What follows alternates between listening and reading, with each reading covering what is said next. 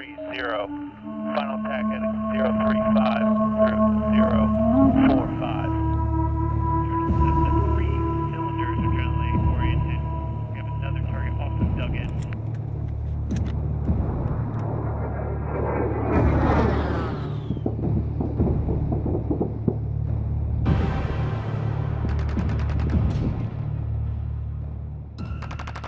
So the biggest thing is when a squad or a platoon or a company goes to a fight, there's only so many weapon systems that we can carry and bring with us.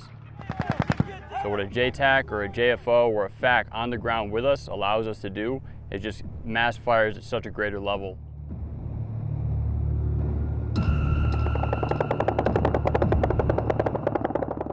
The JTAC and the JFO has the ability to talk and understand many different platforms, especially in the air, that every 0311 or 0331 on the ground may not have a full understanding of. When they get that tasking from the ground force commander, the JTAC then knows, using their expertise, what they need to use to help eliminate whatever that threat is on the battlefield.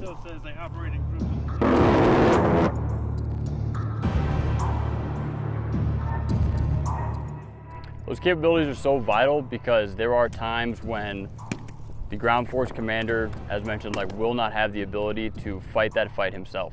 And whether that's an 0311 getting bogged down in the middle of a gunfight or whatever it is, he needs to be able to look to somebody else for another capability to eliminate whatever that threat is on the battlefield.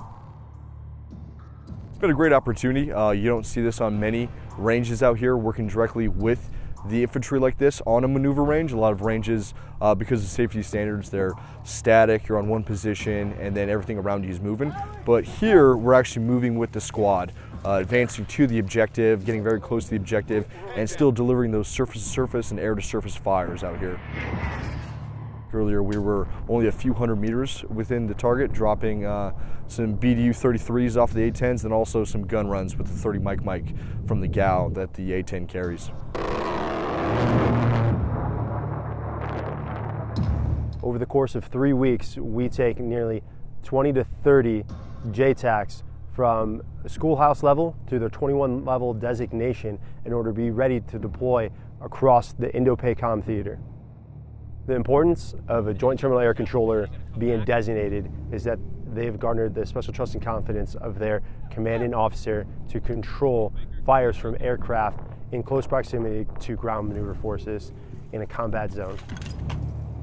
The benefit of training with our joint partners is that in today's world, we are going to fight alongside our other services. And so that integration is key, that when we get in theater, that's not the first time we're working with each other.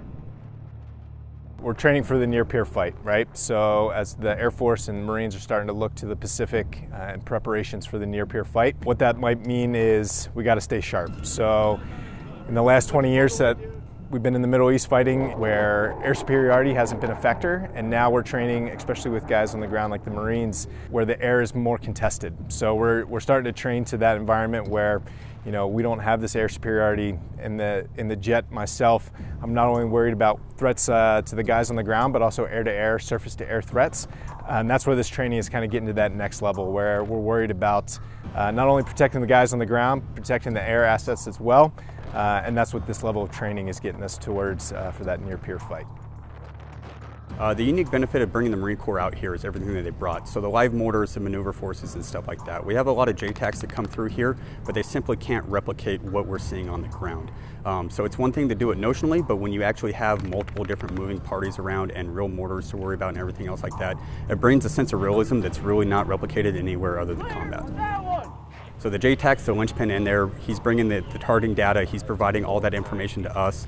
And when you look at the plane that's behind us, the amount of ordnance that we can put down in a very small time, distributed across the battlefield and over the flood, he's the king of the battlefield. That's the only way to put it.